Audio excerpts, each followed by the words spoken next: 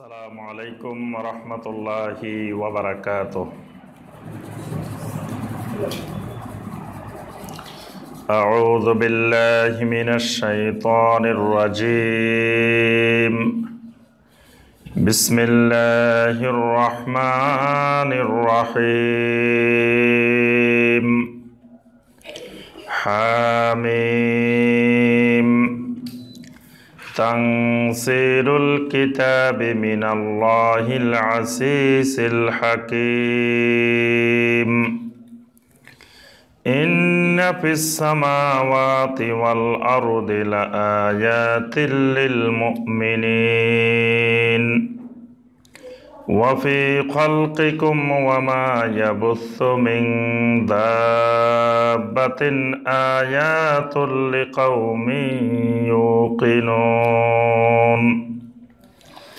ওয়াখতিলাফিল Laili one নাহারি ওয়া মা আনসালাল্লাহু মিনাস সামাই মির রিজকিন فأحيا به الأرض بعد موتها وتصريف الرياح آيات لقوم يعقلون. اللهم صل على محمد وعلى آل محمد كما صليت على إبراهيم وعلى آل إبراهيم إنك حميد مجيد.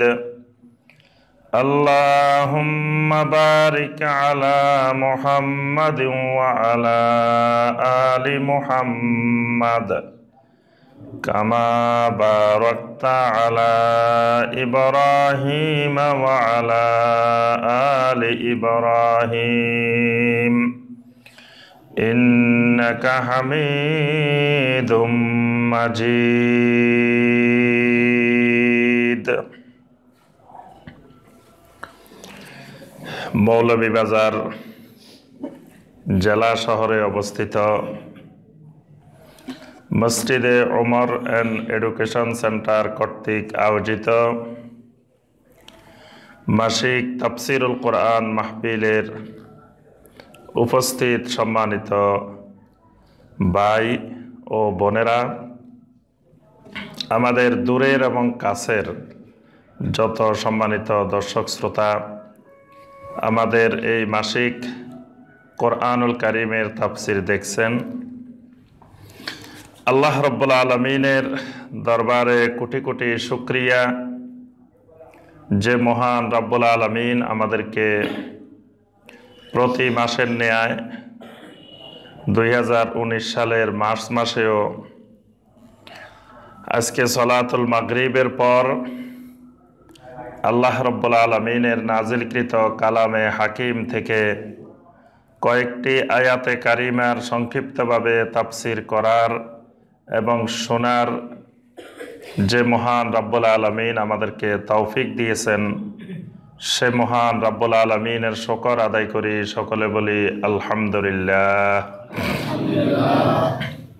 সম্মানিত ভাই ও বোনেরা, গত মাসের তাফসিরে আমরা যে সূরা থেকে তাফসির করেছিলাম সেই সূরাটির নাম ছিল সূরা আদ-দুখান। সূরা আদ-দুখান আমরা গত তাফসিরে আলোচনা শেষ করেছি। আজকে যে সূরা থেকে আমরা তাফসির করব ইনশাআল্লাহ, এই সূরাটির নাম হলো সূরা আল জাসিয়া। সূরাটির নাম কি? সূরা আল জাসিয়া। কোরআনে কারীমের একটি গুরুত্বপূর্ণ সূরা, সূরা আল জাসিয়া। এই সূরাটি মক্কায় অবতীর্ণ, অর্থাৎ মাক্কি সূরা। এই সূরাটি নবী সাল্লাল্লাহু আলাইহি ওয়াসাল্লামের, যখনই আমরা নবী সাল্লাল্লাহু আলাইহি ওয়াসাল্লাম বলবো, আপনারা সকলে কি বলবেন? সাল্লাল্লাহু আলাইহি ওয়াসাল্লাম বলবেন। এটা জিকিরের মাজলিস, তাফসিরের মাহফিল মানে জিকিরের মাজলিস। কোরআনে কারিমের আরেক নাম জিকির।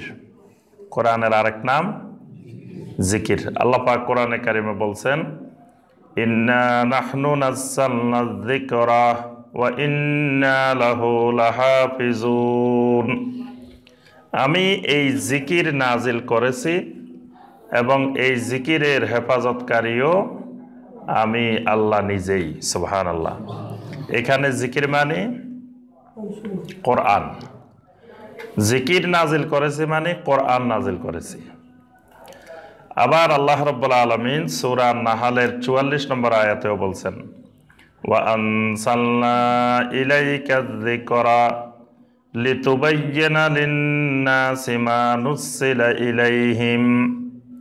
আমি এই জিকিরকে আপনার উপরে নাজিল করেছি লিতুবায়্যিনা লিন-নাস। এই জিকিরের আপনি মানুষের নিকটে ব্যাখ্যা পেশ করবেন, বয়ান পেশ করবেন। মা নুসিলা ইলাইহিম, মানুষের জন্য যা কিছু নাজিল করা হয়।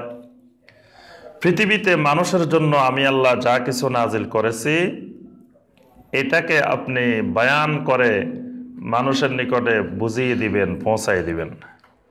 তাহলে এখানেও আল্লাহ রাব্বুল আলামিন কোরআনে কারিমকে কি বলছেন? জিকির বলছেন। কোরআনে কারিমের আরেক নাম জিকির। তাহলে কোরআনের মাজলিস মানে জিকিরের মাজলিস, কোরআনের মাহফিল মানে জিকিরের মাহফিল। জিকিরের মাজলিসে আল্লাহ রাব্বুল আলামিনের ওহির আলোচনা চলবে। দর্শক এবং শ্রোতা বক্তা সকলেই আল্লাহর জিকিরও করতে থাকবেন। মানে জিকির যেমন শুনবেন, জিকির তেমন করতেও থাকবেন। কোরআনে কারিমের আল্লাহ রাব্বুল আলামিনের একটা কথা শুনবেন, তখন আশ্চর্যবোধক বা নতুন কথা হইলে বলবেন কি? সুবহানাল্লাহ। তারপরে আল্লাহর নিয়ামতের কথা শুনলে কোরআনে কারিম থেকে কি বলবেন? আলহামদুলিল্লাহ। আল্লাহ রাব্বুল আলামিনের তাওহীদের কথা শুনলে, আল্লাহর ক্ষমতার কথা শুনলে, আল্লাহর বড়ত্বের কথা শুনলে কি বলবেন? আল্লাহু আকবার। নবী সাল্লাল্লাহু আলাইহি ওয়াসাল্লামের কথা শুনলে কি বলবেন? সাল্লাল্লাহু আলাইহি ওয়াসাল্লাম। জাহান্নামের আযাব, বিভিন্ন শাস্তির কথা, আযাবের কথা শুনলে কি বলবেন? নাউযুবিল্লাহ। এগুলা আল্লাহ রাব্বুল আলামিনের জিকির। এজন্য আপনারাও এই জিকির করতে থাকবেন। জিকিরের মাজলিসের প্রথম থেকে শেষ পর্যন্ত শুধু এই জিকিরগুলো চলতে থাকবে। তা আমি যে কথাটি বলতেছিলাম যে আল্লাহ রাব্বুল আলামিন যেই সময়ে সূরা আদ-দুখান নাজিল করেন, ঠিক একই সময়ে আল্লাহ রাব্বুল আলামিন সূরা আল জাসিয়া এই সূরাটিও নাজিল করেন। অর্থাৎ এটি নবী সাল্লাল্লাহু আলাইহি ওয়াসাল্লামের নবুয়তের প্রথম দিকে নাজিলকৃত সূরাগুলোর মধ্য থেকে একটি সূরা। আল জাসিয়া, জাসিয়া শব্দের অর্থ হইল নত জানু হওয়া, মানে অবনত মস্তকে নত জানু হয়ে থাকা, আত্মসমর্পণ করে থাকা। এটাকে আরবিতে বলা হয় জাসিয়া। এই সূরার 28 নম্বর আয়াতে কারিমায় এই শব্দটি আছে। 28 নম্বর আয়াতে আল্লাহ রাব্বুল আলামিন বলছেন, ওয়া তারা কুল্লা উম্মাতিন জাসিয়া, ওয়া তারা কুল্লা উম্মাতিন জাসিয়া। কিয়ামতের ময়দানে প্রত্যেকটি উম্মত, প্রত্যেকটি সম্প্রদায়, প্রত্যেকটি কওম জাসিয়া, আল্লাহর সামনে নতজানু অবস্থায় থাকবে। এই জাসিয়া শব্দটি থেকে আল্লাহ রাব্বুল আলামিন এই সূরাটির নামকরণ করেছেন সূরা আল জাসিয়া। মানে আল্লাহ সুবহানাহু ওয়া তাআলা এই নামটির মাধ্যমে স্মরণ করিয়ে দিতে চাচ্ছেন যে কিয়ামতের ময়দানে আল্লাহ রাব্বুল আলামিনের সামনে কোনো অহংকার চলবে না, ঘাট সোজা করে দাঁড়ায় থাকা যাবে না। আল্লাহর সামনে কিয়ামতের ময়দানে নতজানু অবস্থায়, আত্মসমর্পণকৃত অবস্থায় সকল মানুষকে থাকতে হবে। তা আল্লাহ পাক স্মরণ করিয়ে দিচ্ছেন, তাহলে তোমাদের এত অহংকার কিসের, এত গর্ব কিসের, এত দম্ভ কিসের? তোমাদেরকে তো আল্লাহর সামনে কিয়ামতের দিন নতজানু হয়ে থাকতে হবে, তো দুনিয়াতেও তোমরা আল্লাহ রাব্বুল আলামিনের সামনে নতজানু হয়ে যাও।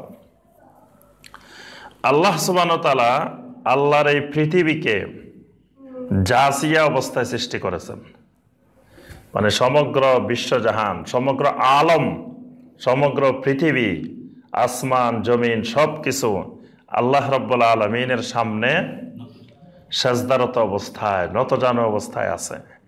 আমরা তো পৃথিবীর চিত্রটা, পৃথিবীটা বাহিরের থেকে দেখি না। পৃথিবীর বাহিরে গিয়ে পৃথিবীটাকে যদি আমরা দেখতাম, তো এই পৃথিবীটা আল্লাহ রাব্বুল আলামিনের সামনে সাজদারত অবস্থায় আল্লাহ পাক পৃথিবীটাকে রেখেছেন। সুবহানাল্লাহ। এরপরে ঠিক প্রত্যেকটা গ্রহ, উপগ্রহ, নক্ষত্ররাজি, সূর্য, চন্দ্র সবকিছুকে আল্লাহ রাব্বুল আলামিন আল্লাহর সামনে নতজানু অবস্থায়, জাসিয়া অবস্থায় রেখেছেন। সুবহানাল্লাহ। এমনকি একটা শিশু যখন মায়ের পেট থেকে পৃথিবীতে আসেন, পৃথিবীতে পদার্পণ করে, তখনও আল্লাহ রাব্বুল আলামিন ওই শিশুটাকে সাজদারত অবস্থায় পৃথিবীতে পাঠান। এজন্য শিশু পৃথিবীতে প্রথমে মাথা হয়ে, মানে মাথাটা তার জমিনে প্রথমে পড়ে শিশুর। এবং শুধু মানুষ না, প্রত্যেকটা মাখলুকাতের লক্ষ্য করে দেখবেন যে জমিনে আগে পা আসে না, জমিনে আগে আসে কি? মাথা। এবং সাজদারত অবস্থায় হাত, মাথা, যেভাবে একটা মাখলুক, একজন মানুষ সাজদায় অবস্থায় থাকে, ঠিক আল্লাহর জমিনে আসতে হলে, এই জমিনে পা রাখতে হলে, সে যার ঘরে জন্মগ্রহণ করুক, সাজদারত অবস্থা ছাড়া আল্লাহর জমিনে প্রবেশের আসার অধিকার নেই। সুবহানাল্লাহ। এজন্য আল্লাহ সুবহানাহু ওয়া তাআলা প্রত্যেকটি মানুষকেও পৃথিবীতে সাজদারত অবস্থায় পাঠান। মানুষের স্বাভাবিক প্রবৃত্তি, মানে মানুষের স্বাভাবিক চাহিদা, মানুষ কোনো কিছু দেখলে মাথা ঝুঁকাই দেয়। আল্লাহ পাক মানুষের মধ্যে সেজদার মনোবাসনা দিয়ে, সেজদার স্পৃহা দিয়েই আল্লাহ পাক মানুষকে তৈরি করেছেন। তবে আল্লাহ রাব্বুল আলামিন সতর্ক করে দিয়েছেন, এই নতজানুটা, এই সেজদাটা একমাত্র কার জন্য? আল্লাহ রাব্বুল আলামিনের জন্য। আল্লাহ পাক কোরআনে কারিমে অসংখ্য আয়াতে বারবার নিষেধ করেছেন, ওয়ালা তাসজুদু লিশ-শামসি ওয়ালা লিল কামার, খবরদার সূর্যকে সাজদা করিও না, চন্দ্রকে সাজদা করিও না। ওয়াসজুদু লিল্লাহিল্লাযী খালাকাহুন্না ইন কুনতুম ইয়্যাহু তা'বুদুন। আল্লাহ রাব্বুল আলামিন বলেন, সাজদা করো ওই আল্লাহ রাব্বুল আলামিনকে, যিনি চন্দ্রকে সৃষ্টি করেছেন, সূর্যকে সৃষ্টি করেছেন, সমস্ত মাখলুকাতকে যিনি সৃষ্টি করেছেন, ওই আল্লাহ রাব্বুল আলামিনকে একমাত্র সাজদা করো। সুবহানাল্লাহ। তাহলে মানুষের মধ্যে আল্লাহ পাক সাজদার স্পৃহা দিয়ে মানুষকে আল্লাহ পাক তৈরি করেছেন, কিন্তু এই সাজদা যেখানে সেখানে দেওয়া যাবে না। মানুষ পৃথিবীতে দেখা যায় গাছ একটা উপকার করলে গাছ এটার সামনে সাজদায় পড়ে যায়। তুলসী গাছ একটু মানুষের হয়তো কোনো রোগে কিছুটা উপকার হয়েছে, সাজদায় পড়ে গেছে, কত মানুষ এটার সামনে সাজদা করে। সূর্যের সামনে সাজদা করে, চন্দ্রের সামনে সাজদা করে, তারপরে গরুর সামনেও সাজদা করে, মা বাবাকে সাজদা করে, স্বামীকে সাজদা করে। এবং মুসলমান নামধারী কত শিরককারী আমাদের মুসলিম ভাই বোনেরা আছেন, যারা কবরের সামনে গিয়ে, মৃত ব্যক্তির সামনে গিয়েও সাজদা করে। অনেকে আছেন যারা জীবিত ব্যক্তিদের সামনে গিয়েও, পীর সাহেবের সামনে, একজন মানুষের সামনে গিয়েও সাজদা পড়ে আছে। অথচ এই সাজদা একমাত্র আল্লাহ রাব্বুল আলামিনের জন্য করতে হয়। আল্লাহ পাক পুরা মাখলুকাতকে সাজদারত অবস্থায় রেখেছেন। মানুষেরও কাজ হলো সাজদা করা, বেশি বেশি আল্লাহকে সাজদা করা। তাহলে আল্লাহকে সাজদা করার মাধ্যমে মানুষ প্রকৃতির সাথে, মাখলুকাতের সাথে মিশে যায়, একাকার হয়ে যায়। সুবহানাল্লাহ। এই জন্য আল্লাহ রাব্বুল আলামিন এই সূরাটির নাম রেখেছেন সূরা আল জাসিয়া। এই সূরার মধ্যে আল্লাহ রাব্বুল আলামিন বিশেষ করে রাব্বুল আলামিনের তাওহীদ সম্পর্কে আলোচনা করেছেন। আল্লাহ রাব্বুল আলামিনের একত্ববাদ, আল্লাহকে মানতে, স্বীকার করতে কাফেরদের কোনো অসুবিধা ছিল না, তারা অস্বীকার করে নাই। আল্লাহ আছেন এটা কাফেররাও মানত।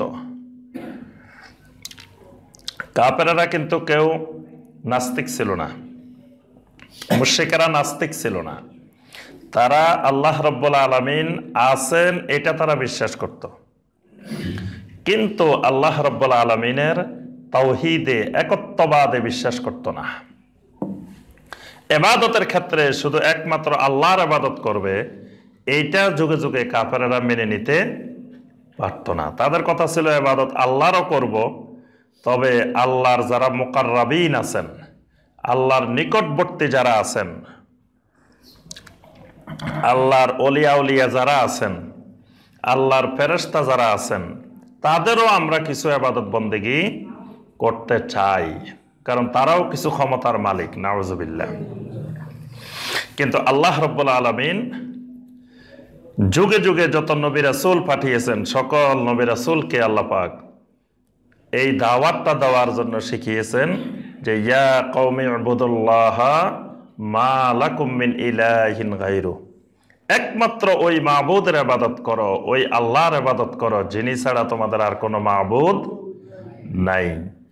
এখানেও আল্লাহ রাব্বুল আলামিন এই সূরা আল জাসিয়ার মধ্যে আল্লাহ রাব্বুল আলামিনের তাওহীদ, আল্লাহ রাব্বুল আলামিনের একত্ববাদ সম্পর্কে এই সূরার মধ্যে বেশিরভাগ অংশ জুড়ে আল্লাহ পাক আলোচনা করেছেন।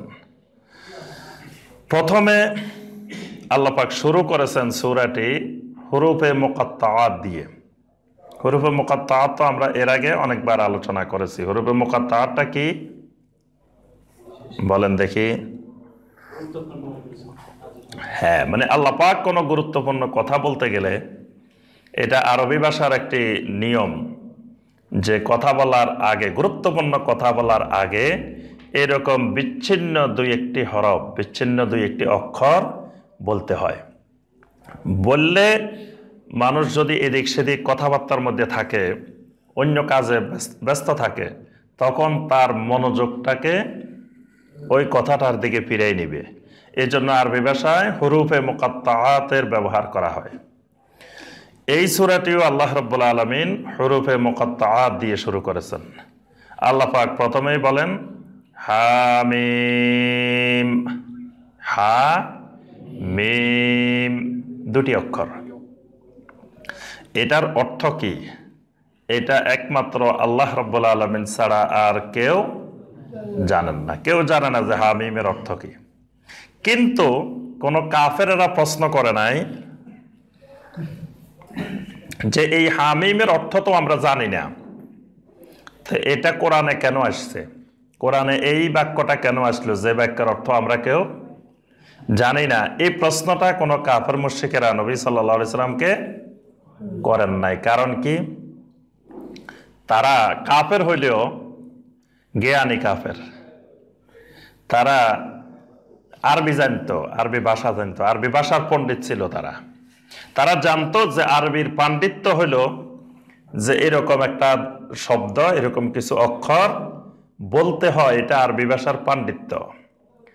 এই জন্য আরবি ভাষা প্রবাদ বাক্য আছে, বাংলায়ও আছে, ইংরেজিতেও আছে। আল আদুবুল আলেমু খায়রুম মিনাস সদিকিল জাহেল, যে মূর্খ বন্ধুর চাইতে, জাহেল বন্ধুর চাইতে জ্ঞানী শত্রু অনেক ভালো। এরা শত্রু, এরা কাফের, এরা মুশরিক, কিন্তু এরা জ্ঞানী, আরবি ভাষার পণ্ডিত, আরবি ভাষা জানে। আবার দেখেন অনেক মুসলিম আছে, তারা মুসলিম কিন্তু মূর্খ, জাহেল। তারা কোরআন দিয়ে শিরক করে। ওই মুশরিকেরা মানে কোরআন বুঝার কারণে তারা হামিম নিয়ে, ইয়াসিন নিয়ে, আলিফ লাম মিম নিয়ে তারা প্রশ্ন তোলে নাই। আজকে মুসলমান জাহেল হওয়ার কারণে, জাহালতের কারণে কোরআনে কারীমের আয়াত দিয়ে শিরক করে। সূরা আল মায়েদার 35 নম্বর আয়াত আল্লাহ সুবহানাহু ওয়া তাআলা বলছেন, ইয়া আইয়ুহাল্লাযীনা আমানুত্তাকুল্লাহা ওয়াবতাগু ইলাইহিল ওয়াসিলা। এই ওয়াবতাগু ইলাইহিল ওয়াসিলা, এই আয়াতে কারিমা দিয়ে সারা পৃথিবীতে, বিশেষ করে আমাদের এই ভারতীয় উপমহাদেশে কত লক্ষ লক্ষ মানুষ শিরক করতেছে, কোরআনের আয়াত দিয়ে শিরক করতেছে। কারণ কি? জাহালত, বুঝে নাই। ওয়াবতাগু ইলাইহিল ওয়াসিলার অর্থ বুঝে নাই। ওয়াবতাগু ইলাইহিল ওয়াসিলা দিয়ে বুঝছে পীর সাহেব ধরা লাগবে। ওয়াবতাগু ইলাইহিল ওয়াসিলা মানে হ্যাঁ, আমাদের দেশের লোকেরা মনে করছে কোরআনের সব আরবি, খালি এই অংশটা বাংলা। এটার ব্যাখ্যাও লাগে না, তাফসিরও লাগে না, কিছুই লাগে না। খালি একটা মূর্খ লোকের সামনেও তেলাওয়াত করে দিবেন, ইয়া আইয়ুহাল্লাযীনা আমানুত্তাকুল্লাহা ওয়াবতাগু ইলাইহিল ওয়াসিলা, আর কিছু বলা লাগবে না। যে লোক কিচ্ছু জানে না, সরেও জানে না, নামটা লিখতে জানে না, সেও বুঝে যাইব ও আল্লাহ পাক এখানে পীর ধরতে বলছে, ওসিলা ধরতে বলছে। ওসিলা ছাড়া জান্নাতে যাওয়া যাবে না। দেখেন, মূর্খতা হইলে, মূর্খতার কারণে মানুষ শিরক করে। ঈমান আনতে হলে ইলম লাগে, শিরক মুক্ত ঈমান হইতে হলে ইলম লাগবে, জ্ঞান লাগবে, যথার্থ ইলম। আবু জেহেলের বস্তা বস্তা জ্ঞান ছিল, বিরাট জ্ঞানী, বিরাট বুদ্ধিজীবী, কিন্তু ওই জ্ঞান দিয়ে তাওহীদ চিনতে পারে নাই। কোনটা তাওহীদ কোনটা শিরক এটা আলাদা করতে পারে নাই। এজন্য এমন জ্ঞান লাগবে, এমন ইলম লাগবে, যেই ইলমের মাধ্যমে তাওহীদ চিনা যাবে, শিরক চিনা যাবে। কোনটা তাওহীদ কোনটা শিরক সেটা বুঝতে হবে। ইলম না থাকলে জাহালত দিয়ে ঈমান আনা যায় না, মূর্খতা দিয়ে ঈমান আনা যায় না, মূর্খতা দিয়ে শিরক করা যায়। এজন্য ইলম হলো নূর। ইলম যত আসবে, শিরক জাহালত তত অন্ধকার তত দূরীভূত হয়। এই জন্য দেখবেন তারপরে আল্লাহ পাক কোরআনে বলছে, ফালাম তাজিদ লাহু ওয়ালিয়্যাম মুরশিদা। আল্লাহ পাক বলছে সে কোনো ওলি পাবে না, মুর্শিদ পাবে না। আল্লাহ এখানে মুর্শিদের কথা কইছে, পীর সাহেব ধরতে হবে। পীর সাহেব হলো আমার মুর্শিদ। দেখেন কোরআনেও পীরের কথা আছে, নাউজুবিল্লাহ। কোরআনে কারিম দিয়ে জাহালতের কারণে, মূর্খতার কারণে কোরআন দিয়ে বিকৃত ব্যাখ্যা, কোরআনে কারিম দিয়ে শিরক করতেছে, কোরআনে কারিম দিয়ে বেদাত করতেছে। কি কারণ? জাহালত, মূর্খতা। এই জন্যই আল্লাহ পাক বলছেন, ফালাম আন্নাহু লা ইলাহা ইল্লাল্লাহ। সূরা মুহাম্মদের 19 নম্বর আয়াত, যে ঈমান আনতে হলে, লা ইলাহা ইল্লাল্লাহ এই কথা বলতে হলে ইলম সহকারে বলতে হবে, তারপরে ঈমান হবে। ইলমবিহীন বললে এটা ঈমান হয় না। তো আল্লাহ সুবহানাহু ওয়া তাআলা এই সূরাটি, সূরা আল জাসিয়া শুরু করেছেন কি দিয়ে? হামিম। এরকম একটা শব্দ যখন আল্লাহ পাক বলেন, এরপরে কি বলবেন? দুটার যে কোনো একটা, হয় আল্লাহ রাব্বুল আলামিন কোরআনে কারীমের কথা বলবেন, অথবা আল্লাহ রাব্বুল আলামিন আল্লাহ সুবহানাহু ওয়া তাআলার তাওহীদের কথা বলবেন। হয় তাওহীদের কথা বলবেন অথবা কোরআনের কথা বলবেন। যেমন আলিফ লাম মিম যালিকাল কিতাবু লা রাইবা ফীহ, কিসের কথা বলছেন? মাশাআল্লাহ, কোরআনে কারীমের কথা বলছেন। আলিফ লাম মিম আল্লাহু লা ইলাহা ইল্লা হুয়াল হাইয়ুল কাইয়্যুম, কিসের কথা বলছেন? ইয়াসিন ওয়াল কুরআনিল হাকীম, কিসের কথা? হামিম তানসিলুল কিতাবি মিনাল্লাহিল আজিজিল হাকীম, কিসের কথা বলছেন? কোরআনে কারীমের কথা। এই সূরা আল জাসিয়া আল্লাহ পাক হুরুফে মুকাত্তাআতের পরে সবচেয়ে গুরুত্বপূর্ণ কথা যেটা বলছেন সেটা হলো, আরবের মুশরিকরা বলতো এই কোরআন মুহাম্মদুর রাসূলুল্লাহ সাল্লাল্লাহু আলাইহি ওয়াসাল্লাম নিজে বানান, নিজে বানায় বলে, রাত্রে বানায় সকালে আমাদেরকে শোনায়। তা আল্লাহ পাক বলতেছেন মুহাম্মদুর রাসূলুল্লাহ সাল্লাল্লাহু আলাইহি ওয়াসাল্লাম এই কোরআন বানায় না, তানসিলুল কিতাব এই কিতাব নাজিল করা হয়, অল্প অল্প করে নাজিল করা হয়। কোথা থেকে নাজিল হয়? মিনাল্লাহ, আল্লাহ রাব্বুল আলামিনের পক্ষ থেকে নাজিল করা হয়। যেই আল্লাহ হলেন আল আজিজ আল হাকিম, যে আল্লাহর পরিচয় হলো, সিফাত হলো তিনি মহাপরাক্রমশালী, আজিজ, সকল ইজ্জতের মালিক, সকল ক্ষমতার মালিক। আল হাকিম তিনি সকল হিকমতের মালিক, সকল প্রজ্ঞা, সকল হিকমা, সকল জ্ঞান, সকল প্রকৌশল, সব ধরনের হিকমার মহামালিক যিনি, তিনি হলেন আল্লাহ। সেই আল্লাহ এই কোরআনে কারিম নাজিল করেন, কেউ বানায় না। জিবরাইলও কোরআন বানায় না, মুহাম্মদ রাসূলুল্লাহ সাল্লাল্লাহু আলাইহি ওয়াসাল্লাম কোরআনে কারিম বানান না। ইন্না ফিস সামাওয়াতি ওয়াল আরদি লাআয়াতিল লিল মুমিনিন। আল্লাহ রাব্বুল আলামিন বলেন, বান্দা তুমি আল্লাহকে খুঁজে পাওয়ার জন্য অনেক আয়াত, অনেক নিদর্শন আমার জমিনে আসমানে আছে। ইন্না ফিস সামাওয়াতি ওয়াল আরদি, আসমানের ভিতরে, ওয়াল আরদি জমিনের ভিতরে, লাআয়াত অনেক আয়াত আছে, অনেক নিদর্শন আছে, লিল মুমিনিন মুমিনদের জন্য। যারা মুমিন তারা আমি আল্লাহকে পাওয়ার জন্য, আমার আল্লাহর একত্ববাদ তাওহীদ খুঁজে পাওয়ার জন্য আসমানের দিকে তাকাইলেও আমি আল্লাহর তাওহীদ খুঁজে পাবে, জমিনের দিকেও চোখ মেলে তাকাইলে আমি আল্লাহ রাব্বুল আলামিনের তাওহীদ খুঁজে পাবে। আল্লাহ পাক মানুষকে চোখ দিছেন আসমান দেখে, জমিন দেখে আল্লাহর তাওহীদ খুঁজে পাওয়ার জন্য। আল্লাহ পাক মানুষকে বানাইছেন কেন বলেন দেখি? কথা কয় না, মনে কষ্ট নিছেন নাকি সবাই? আল্লাহ পাক মানুষকে সৃষ্টি করেছেন কেন? সূরা আয-যারিয়াতের 56 নম্বর আয়াত, ওয়ামা খালাকতুল জিন্না ওয়াল ইনসা ইল্লা লিয়াবুদুন। শাইখুল ইসলাম ইমাম ইবনে তাইমিয়া রাহিমাহুল্লাহ বলেন, ইল্লা লিয়াবুদুন অর্থ হলো ইল্লা লিওয়াহিদুন। আল্লাহ পাক জিনের মানুষকে সৃষ্টি করেছেন খালি ইবাদতের জন্য নয়, আল্লাহ রাব্বুল আলামিন সৃষ্টি করেছেন তাওহীদের জন্য, তাওহীদের ঘোষণার জন্য। এখানে ইবাদত মানে তাওহীদ। ইল্লা লিয়াবুদুনের অর্থ হলো ইল্লা লিওয়াহিদুন, জমিনে তাওহীদের স্বীকৃতি দিবে এরা। কারণ আল্লাহর ইবাদতের লোকের, ইবাদতের মাখলুকের জমিনে অভাব নাই। জমিনে এমন কোন মাখলুকাত নাই যে মাখলুকাত আল্লাহ রাব্বুল আলামিনের ইবাদত করে না। এরকম মাখলুকাত আছে একটা, যে মাখলুক আল্লাহর ইবাদত করে না, এরকম কোন মাখলুক জমিনে আছে? যত গাছপালা আছে, চতুষ্পদ জন্তু আছে, পাহাড় পর্বত আছে, নদী নালা আছে, তারকারাজি আছে, চন্দ্র সূর্য আছে, ফেরেশতা আছে, সকলেই আল্লাহ রাব্বুল আলামিনের ইবাদত করে, করে না? ওয়ান নাজমু ওয়াশ শাজারু ইয়াসজুদান, কোন সূরা? মাশাআল্লাহ, দেখছেন সবাই পারে। ওয়ান নাজমু ওয়াশ শাজারু ইয়াসজুদান, ওয়ান নাজমু আকাশের তারকারাজি, আকাশের তারকারাজি বলে আল্লাহ পাক। আকাশে যত আল্লাহর মাখলুক আছে সব মাখলুকের কথা বলতেছেন যে ইয়াসজুদান, এরা আল্লাহকে কি করে? সাজদা করে। ওয়াশ শাজারু, শাজার মানে গাছ, গাছ বলে আল্লাহ জমিনে যত মাখলুক আছে সব মাখলুককে বুঝাইছেন।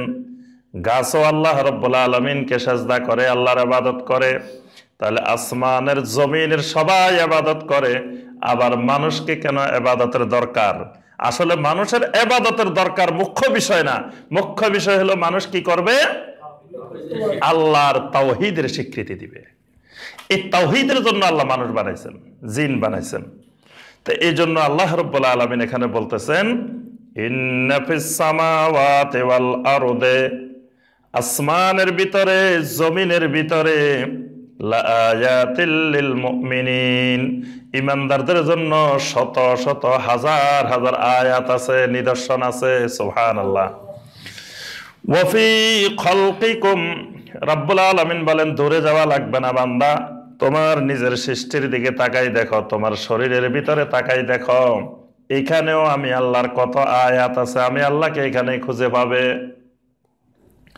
আমি আল্লাহকে দেখা যায় না, তো কেউ প্রশ্ন করতে পারে আল্লাহকে না দেখে কিভাবে বিশ্বাস করব? তোমার শরীরের দিকে তাকাও, তোমার শরীরের ভিতরে রূহ আছে, আছে না? রূহটা দেখছো কিনা কোনোদিন? কোন মানুষ রূহ দেখছে? রূহের কালার কিরকম? রূহের অবস্থানটা কোন জায়গায়? রূহটা সাদা না কালো না হলুদ? এটা কি বাতাসের মতো নাকি গোশতপিণ্ডের মতো, কি ধরনের কোনো মানুষ দেখছে? কিন্তু একজন নাস্তিকও বিশ্বাস করে যে তার রূহ আছে, বিশ্বাস করে না? রূহটা চলে গেলে তখন আর মানুষ থাকে না, বলে যে এটা লাশ, লাশ দাফন করা হবে, মানুষ দাফন করা হবে বলে না, কি কয়? লাশ। তাহলে যতক্ষণ রূহ আছে ততক্ষণ মানুষ। পৃথিবীর সবাই জানে তার ভিতরে রূহ আছে, কিন্তু রূহ দেখে না, না দেখিও সে বিশ্বাস করে। তাহলে তার শরীরের ভিতরে রূহ আছে, না দেখিও সে বিশ্বাস করতে পারে।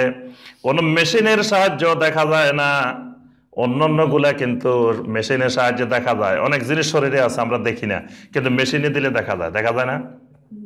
আমাদের হাত দেখি না, লিভার দেখি না, আর কত যন্ত্রপাতি আছে এখানে, এগুলো আমরা বাহ্যিকভাবে দেখি না, কিন্তু মেশিনে দিলে দেখি। কিন্তু রূহটা এমন এক জিনিস, এটা মেশিনেতেও দেখা যায় না। কিন্তু মেশিনকে ফাঁকি দিয়ে, দুনিয়ার সব মেশিনকে ফাঁকি দিয়ে দেখেন ভিতরে লুকাই থাকে, শরীরে থাকে। আমরা সবাই বিশ্বাস করি রূহ আছে, কিন্তু রূহ দেখি না, না দেখেও বিশ্বাস করি। তাহলে আল্লাহ রাব্বুল আলামিনও আছেন, আল্লাহকেও না দেখে বিশ্বাস করা যায়, এটা আমার শরীরে সাক্ষ্য দিচ্ছে। এই জন্য আল্লাহ বলতেছেন ওয়াফি খালকিকুম, তোমার সৃষ্টি নিয়ে চিন্তা করলেও তুমি আল্লাহ রাব্বুল আলামিনকে খুঁজে পাবে। কারণ তোমাকে যে সৃষ্টি করেছেন, এই সৃষ্টির মধ্যে দেখো কত নিখুঁত, কত সুনিপুণ ভাবে আল্লাহ রাব্বুল আলামিন সৃষ্টি করেছেন। কোন জায়গায় কোন জিনিসটা দেওয়া দরকার, শরীরের কোন অঙ্গটা কোন জায়গায় দেওয়া দরকার, এটা কত মহা বিজ্ঞানের কাজ, মহা হিকমার কাজ। দেখেন নাকটা এখানে না দিয়ে যদি পিছনে দেওয়া হইতো, মাথার পিছনে দিয়ে যদি নাকটা দেওয়া হইতো, তাহলে কেমন লাগতো? অসুবিধা কত কিছু হইতো। একটা খাবার খাওয়ার আগে আগে পিছনে নিতে হইতো, তারপরে সামনে আনা লাগতো, আগে গ্রাম নাকের কাছে নিয়ে যাইতে হইতো, তারপরে আনে মুখে দিতে হইতো, কত কষ্ট হইতো।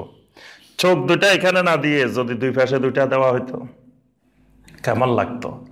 এখানে আল্লাহ রাব্বুল আলামিন মানুষকে সৃষ্টি করার জন্য কত হিকমা প্রয়োগ করেছেন এখানে। এই জন্য আল্লাহ পাক বলতেছেন ওয়াফি খালকিকুম, তোমাদের সৃষ্টির ভিতরেও আমি আল্লাহর আয়াত আছে।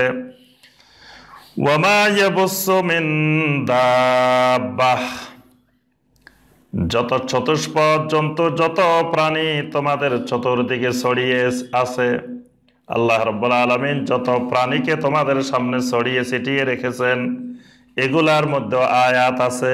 প্রত্যেকটা প্রাণীর দিকে তাকাইলে তুমি আল্লাহ রাব্বুল আলামিনের আয়াত খুঁজে পাবে। আয়াতুল লিকাউমি ইউকিনুন, তবে সবাই খুঁজে পাবে না, শুধু যারা ইয়াকিনওয়ালা ঈমানদার, যারা ইয়াকিন আছে, যাদের ঈমানের মধ্যে, তারা খুঁজে পাবে। এই আয়াতগুলো, এই নিদর্শনগুলো সব মানুষ পৃথিবীতে খুঁজে পাবে না। প্রথমে আল্লাহ পাক 3 নম্বর আয়াতে বলছেন লাআয়াতিল লিল মুমিনিন, 4 নম্বর আয়াতে বলছেন আয়াতুল লিকাউমি ইউকিনুন, ঈমানের পরে বলছেন ইয়াকিন, মানে ঈমানটা যখন ভিতরে গিয়ে শক্ত হয়ে বসে যায় তখন এটা ইয়াকিনের রূপ নেয়। প্রথমে ঈমানটা থাকে ভাষা ভাষা, এটা জাহেরি থাকে, এটা গলার উপরে থাকে, ভিতর পর্যন্ত পৌঁছে না। যখন এটা ভিতর পর্যন্ত পৌঁছে যায় তখন এটা হয়ে যায় ইয়াকিন। এজন্য আল্লাহ পাক কোরআনে কারীমের শুরুতে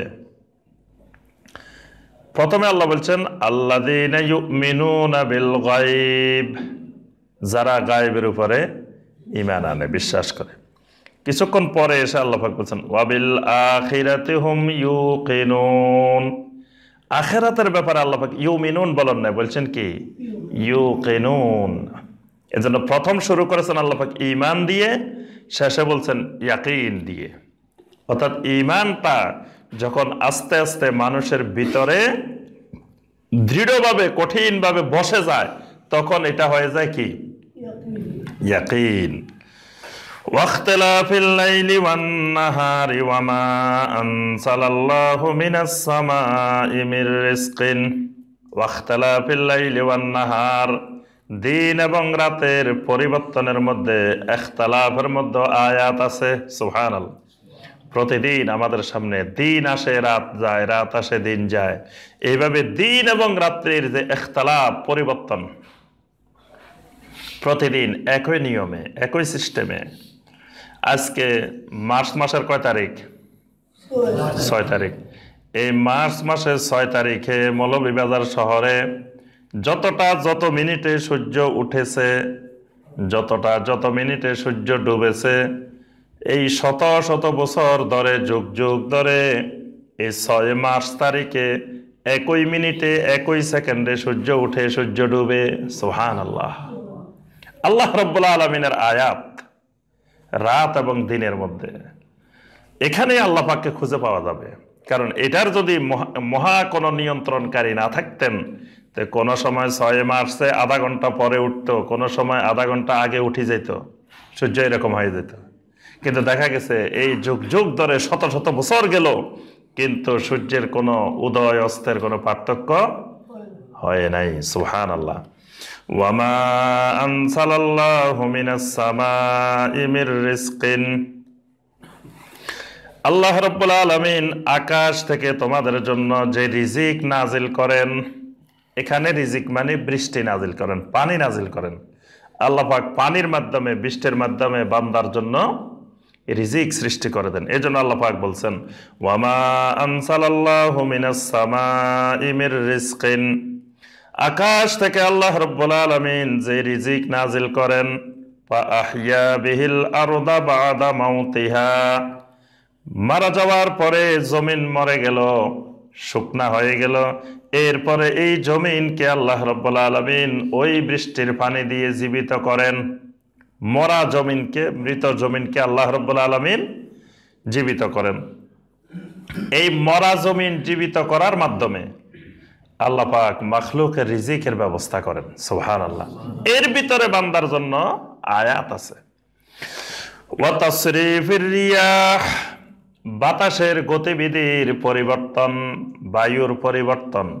বায়ুর পরিবর্তন মানে দেখা যায় এক সময় উত্তর দিক থেকে বাতাস প্রবাহিত হয়, আবার এক সময় দক্ষিণ দিক থেকে বাতাস প্রবাহিত হয়, হয় না? গরমের দিনে দেখা যায় কোন দিক থেকে বাতাস আসে? দক্ষিণ দিক থেকে। শীতের দিনে দেখা যায় উত্তর দিক থেকে। এই যে একই বাতাস এক সময় এদিক থেকে আসে, এক সময় এদিক থেকে আসে। আবার স্বাভাবিক বাতাস হঠাৎ করে এক সময় রুক্ষ হয়ে যায়, জোরে তুফান শুরু হয়ে যায়, সিডর শুরু হয়ে যায়। এই তাসরিফুর রিয়াহ, বাতাসের পরিবর্তন। তারপরে আপনার যখন এই যে ধান, গম, বিভিন্ন ফসল যখন কলি বের হয়, তাদের ফুল, রেণু বের হয়, ফুল বের হয়, তখন আল্লাহ পাক একটা মৃদু বাতাস প্রবাহিত করেন। দেখবেন ধানের আগাগুলো এরকম হালকা বাতাসে নড়াচড়া করতেছে। এই নড়াচড়ার মাধ্যমে আল্লাহ রাব্বুল আলামিন পুরুষ রেণু স্ত্রী রেণুর মাধ্যমে পরাগায়ন করে দিচ্ছেন। সুবহানাল্লাহ। এই পরাগায়নের কারণে ধানগুলো হৃষ্টপুষ্ট হচ্ছে, না হয় সব ধান বুশি হয়ে যেত, এগুলো ধানে হইতো না। তাহলে এই বাতাসকে আল্লাহ রাব্বুল আলামিন যে কাজে লাগাচ্ছেন, এই যে আমের ফলন, লিচুর ফলন, বিভিন্ন ফল ফলাদের ফলন, এগুলোকে আল্লাহ পাক বাতাসের সাহায্যে পরাগায়ন করে দেন। সুবহানাল্লাহ।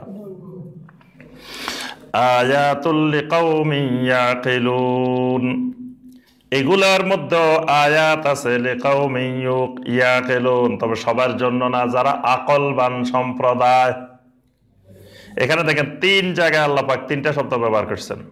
প্রথম বলছেন লিল মুমিনিন, তারপরে বলছেন লিকাউমিন ইউকিনুন, তারপরে বলছেন লিকাউমিন ইয়াকিলুন। তাহলে আল্লাহর তাওহীদ বুঝতে হলে ঈমান লাগে, ইয়াকিন লাগে, আকল লাগে। কথাটা বুঝতে পারছেন? না হয় আপনার সামনে অসংখ্য আল্লাহর নিদর্শন, আয়াত দেখার পরেও আপনি কিছু বুঝবেন না। দেখবেন আমাদের সামনে অসংখ্য মানুষ, অসংখ্য মুসলিম, তাদের সামনে কোরআন আছে, সুন্নাহ আছে, দ্বীন আছে, তাও শিরক বুঝে না, তাওহীদ বুঝে না, সুন্নাত বুঝে না, বেদাত বুঝে না। তাহলে বোঝা যায় এটা সবাই বুঝবেও না। বুঝতে হলে 3 জিনিস লাগবে। কয় জিনিস? প্রথমে ঈমান লাগবে, তারপরে ইয়াকিন লাগবে, তারপরে আকলও লাগবে। আকল থাকতে হবে। আকল না হলে, বেআক্কল হইলে, আকল না থাকলে এই লোক কোনোদিন তাওহীদ পাবে না, বিবেক খাটায় না। এখন হলো রাত 7:13। আমি যদি বলি এখন সকাল 7:13, তখন আপনারা কি বলবেন? কিছু কয় না। আপনারা কবেন সুবহানাল্লাহ, আল্লাহু আকবার। দেখো আমরা দেখতেছি রাত, কিন্তু আমাদের হুজুর দেখতেছে এখন দিন, সকাল। বাংলাদেশের অবস্থা এরকম। এখন রাত 7:13। আমি যদি কই, হুজুরে যদি কয়, পীর সাহেব যদি কয় এখন সকাল 7:13। সুবহানাল্লাহ, আসলে আমার চোখে কোনো সমস্যা হয়েছে, এখন রাত না, আমার হুজুরে যেটা করতেছে এটাই ঠিক, এখন সকালেই। আসলে আমি দেখতেছি না ভালোভাবে, আমার চোখে মনে হয় আজকে কোনো সমস্যা। অবস্থাটা হলো এরকম, মানে আকল নাই, বেআক্কল। মানে আক্কল দাঁত, আক্কেল দাঁত কই না আমরা, প্রথমে আক্কেল দাঁত তুলে ফেলায়, বেআক্কল বানায় মানুষকে। বেআক্কেল বানায় কি, খাতায় বুজুর্গান গ্রেপ্তান খাতাস্ত, প্রথমে বেআক্কল বানাই দিব যে খবরদার, বুজুর্গের ভুল ধরা এটা আরেক ভুল, বুজুর্গের ভুল ধরলে আরেক ভুল। বাস আমি এবার ভুল বলি, শুদ্ধ বলি, আর কেউ ভুল ধরতে পারবে না। আক্কেল দাঁত ভাঙ্গি দেওয়া হয়েছে, এখন হুজুর যা কয় সব শুদ্ধ, সব ঠিক। আমারটা ভুল, আমি হয়তো বুঝে আসতেছে না, হুজুরের কথা না বুঝে আসলেও প্রশ্ন করা যাবে না, ভুল ধরা যাবে না, ভুল ধরলে শেষ, ফয়েজ বরকত থেকে মাহরুম হয়ে যাবেন। তাহলে এখানে এই আক্কেল দাঁত ভাঙ্গি দিয়ে বেআক্কল বানাই মানুষকে দিয়ে ধর্ম ব্যবসা করে। এই জন্য আল্লাহ পাক বলছেন তাওহীদ খুঁজে পাইতে হলে কিছু আকল খাটাইতে হবে। আকল খাটাইলে আপনি শিরক কোনটা তাওহীদ কোনটা স্পষ্ট হয়ে যাবে। সামান্য একটু বিবেক খাটাইলে, আকল খাটাইলে। আপনি কত মানুষ দলে দলে হুজুরের কাছে যাচ্ছে, পীর সাহেবের কাছে, কিসের জন্য? বিপদ আপদ মুক্তির জন্য, রোগ মুক্তির জন্য, তারপরে অসুখ থেকে মুক্তির জন্য, এগুলোর জন্য যাচ্ছে না? হুজুরের অসুখ হইলে, যে হুজুরের কাছে যাচ্ছে এরা দলে দলে, সেই হুজুরের অসুখ হইলে হসপিটালে যে শুয়ে থাকে। তাহলে যেই হুজুর নিজের রোগ নিজে দূর করতে পারে না, নিজের বিপদ নিজে দূর করতে পারে না, নিজের বিশাল ফ্যাটটা ছোট করতে পারে না। মানুষ কি চায় যে আমার এত বড় একটা ফ্যাট থাকুক? সবাই চায় যে এটা ছোট হয়ে যাক, কিন্তু সে নিজের ফ্যাটটা পর্যন্ত নিজে ছোট করতে পারে না, তো সে আমাকে কি দিতে পারবে? পারলে তো সে সবার আগে নিজেরটা করতো, নিজেরটা না করে কি আমারটা করবো নাকি?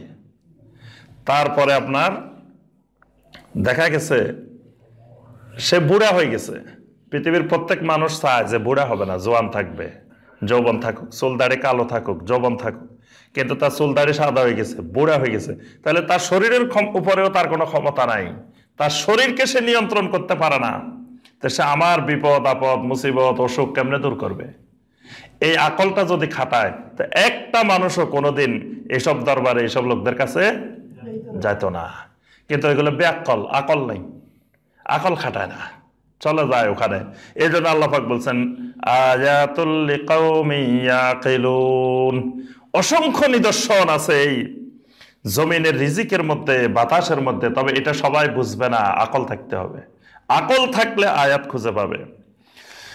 তিলকা আয়াতুল্লাহি নাতলুহা আলাইকা বিল হক, এগুলা হলো আল্লাহ রাব্বুল আলামিনের আয়াত, নাতলুহা আলাইকা বিল হক, এগুলাকে আমি হক সহকারে আপনার সামনে তেলাওয়াত করি, উপস্থাপন করি।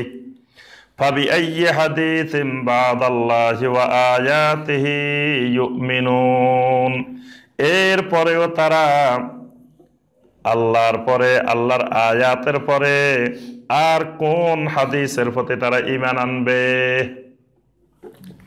এখানে হাদিস মানে কি? কোরআন। কোরআনে কারীমকে আল্লাহ রাব্বুল আলামিন হাদিস বলছেন। কোরআনে কারীম কার হাদিস? আল্লাহর হাদিস। হাদিস মানে কথা, বাণী। তো কোরআন আল্লাহর বাণী, এটা আল্লাহর হাদিস। আর হাদিস যেটাকে আমরা বলি, ওটা কার হাদিস?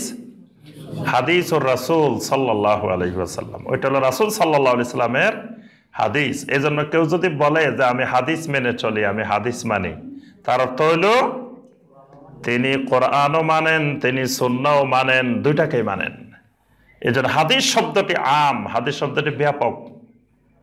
সূরা আন-নিসার 87 নম্বর আয়াতে আল্লাহ পাক বলছেন ওয়ামান আসদাকু মিনাল্লাহি হাদিসা, হাদিস বলার ক্ষেত্রে আল্লাহর চাইতে আর কে সত্যবাদী হইতে পারে? আল্লাহর চাইতে অধিক সত্যবাদী আর কে হইতে পারে হাদিস বলার ক্ষেত্রে? হাদিসের ক্ষেত্রে মানে এখানে কোরআন, কোরআনকে আল্লাহ পাক হাদিস বলছেন। সূরা আল মুরসালাতের মধ্যে আল্লাহ পাক বলছেন ফাবি আইয়ি হাদিসিম বাদাহু ইউমিনুন, এখানে বলছেন ফাবিআইয়ি হাদিসিম বাদাল্লাহি ওয়া আয়াতিহি ইউমিনুন। আবার অন্য সূরায় বলছেন আল্লাহু নাজ্জালা আহসানাল হাদিস, আল্লাহু নাজ্জালা আহসানাল হাদিস, আল্লাহ পাক আহসানাল হাদিস নাজিল করেন। নবী সাল্লাল্লাহু আলাইহি সাল্লাম যখনই খুতবা দিতেন তখনই কি বলতেন?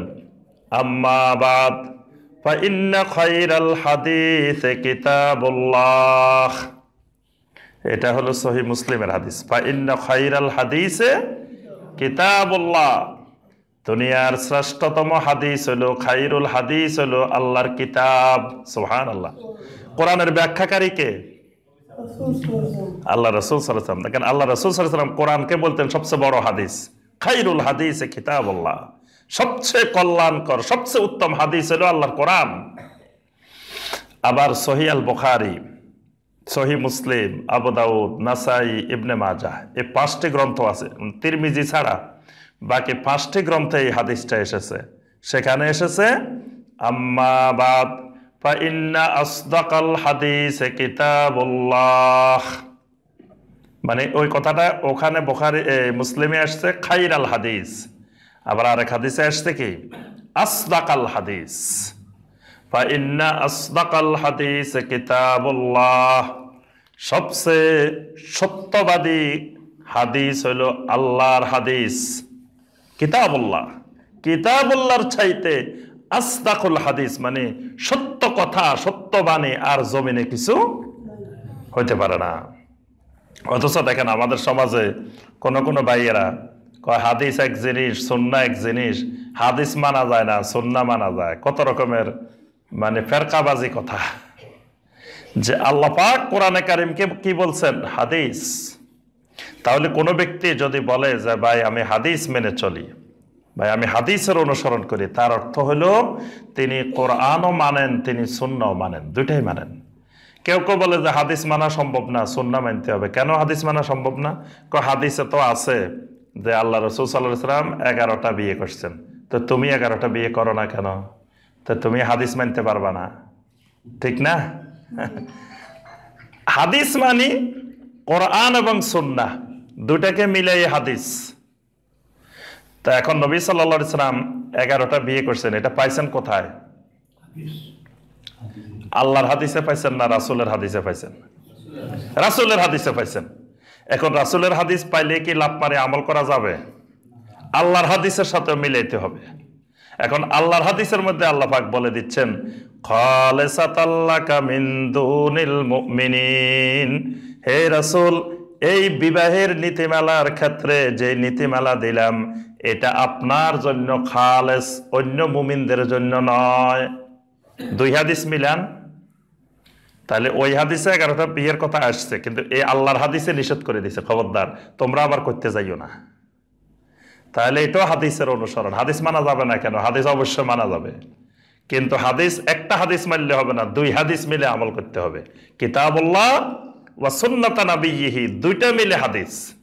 তা আমি নবী সাল্লাল্লাহু আলাইহি ওয়াসাল্লামের হাদিসকে শুধু হাদিস বলতেছি না, আমি বলতেছি আল্লাহর হাদিস এবং আল্লাহর নবীর হাদিস, 2 হাদিস মিলে আমি আমল করি। তাহলে নবী সাল্লাল্লাহু আলাইহি ওয়াসাল্লামের হাদিসে আমি পাইছি, কিন্তু আল্লাহর হাদিসে বলছে যে এটা আমার নবীর জন্য, তোমাদের জন্য না। তোমাদের জন্য বিধান হলো ফানকিহু মা তাবা লাকুম মিনান নিসাই মাসনা ওয়া সুলাসা ওয়া রুবাহ, তোমাদের জন্য বিধান হলো বিয়ে করো 2 জন, 3 জন, 4 জন, আর যদি ভয় করো ইনসাফের তাহলে ফাওয়াহিদাতান, 1 জন। এটা হলো তোমাদের জন্য। তাহলে হাদিসের মধ্যে তো সবটাই আছে, কি বলেন? এবং হাদিসে ব্যাখ্যা করে দেওয়া হয়েছে কারটা কার জন্য। তা আমি তো হাদিসের বাহিরে যাই নাই, হাদিস মানা যাবে না কেন? কেউ যদি বলে যে হাদিস মানা যাবে না, এটা ঈমান বিধ্বংসী কথা। হাদিস মানা যাবে না কেন? আল্লাহর হাদিস যদি কেউ অস্বীকার করে তাতে ঈমানে থাকবে না। আবার কয় হাদিসে তো আছে যে রাসূল সাল্লাল্লাহু আলাইহি ওয়াসাল্লাম দাঁড়ায় দাঁড়ায় প্রস্রাব করছেন, তোমরা দাঁড়ায় করো না কেন? আমরাও দাঁড়ায় করবো না কেন? নবী সাল্লাল্লাহু আলাইহি ওয়াসাল্লাম সারা বছর সারা জীবন কি দাঁড়ায় দাঁড়ায় প্রস্রাব করছে নাকি? কখন করছে? ওই হাদিসটা শুরুতেই আছে যে আতা সুবাত আতা কাউমিন, একটা কাউমের আবর্জনা, ময়লা আবর্জনা ফালানোর জায়গায় আসলেন, যেখানে নবী সাল্লাল্লাহু আলাইহি সাল্লাম দাঁড়িয়ে প্রস্রাব করছেন সেখানে জায়গাটা ময়লা আবর্জনার জায়গা, বসতে গেলে কাপড় চোপড় ময়লা হয়ে যাবে, তো সেখানে বসবেন কিভাবে? আপনি এমন জায়গায় গেছেন যেখানে বসার মতো অবস্থা নাই, বসলে আপনার কাপড় নাপাক হয়ে যাবে, এরকম জায়গা আছে না? অনেক জায়গায় দেখবেন রাস্তাঘাটে এরকম টয়লেট আছে, জায়গা আছে যেখানে বসার মতো পরিস্থিতি নাই, তো তখন আপনি কি করবেন? প্রস্রাব কেমনে করবেন? গাছে উঠে করবেন? যেহেতু এখানে নিচে বসার জায়গা নাই, আমি গাছে উঠি যাই, গাছের থেকে উঠে গাছের উপরে দাঁড়ায় দাঁড়ায় করি বা বসে বসে করি, এরকম করা যাবে? আল্লাহ রাসূল সাল্লাল্লাহু আলাইহি সাল্লাম এখানে উম্মতকে শিখাইলেন যে শোনো, যে যখন তোমাদের পরিস্থিতি এরকম হবে তখন সেখানে বসার দরকার নাই, দাঁড়ায় দাঁড়িয়ে করতে পারবা। অনেকে বয়স হইলে, বয়স্ক মানুষ বসতে পারে না। আমরা এখন হাইকমোড ব্যবহার করি না?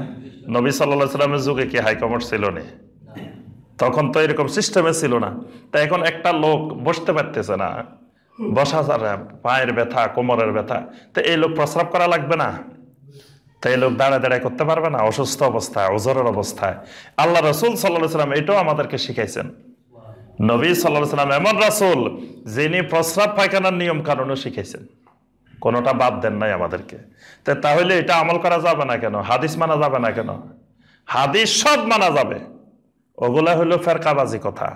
তো এই জন্য আমরা এই আয়াতটা বললাম যে 6 নম্বর আয়াতে আল্লাহ পাক সূরা আল জাসিয়ার বলছেন, ফাবি আইয়ি হাদিসিম বাদাল্লাহি ওয়া আয়াতিহি ইউমিনুন।